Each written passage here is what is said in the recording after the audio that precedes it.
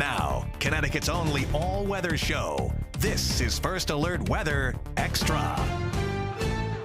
People in Oklahoma dealing with extensive damage after multiple tornadoes touched down last night. A massive one just tore up a little town, about 50,000 people. But so far, no deaths have been reported there. As your reporter Lana Zach reports, now is actually the calm between the storms.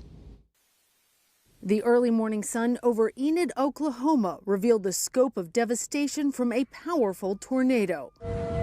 Sirens sounded the warning Thursday evening as a giant funnel cloud formed over the city. The formidable twister drew in everything around it, ultimately reducing some homes to what now looks like a pile of matchsticks. Circled these houses until they were nothing. Kind of in shock right now. Dave Lamberton's son lost his walnut furniture workshop. It's intellectual property that's gone, not just the equipment, but everything that created his process is now, we don't know where, up in the air. A smaller satellite tornado was spotted with a larger twister near a wind farm at the Kansas state line. The National Weather Service said several brief landspout-type tornadoes were spotted in Kansas.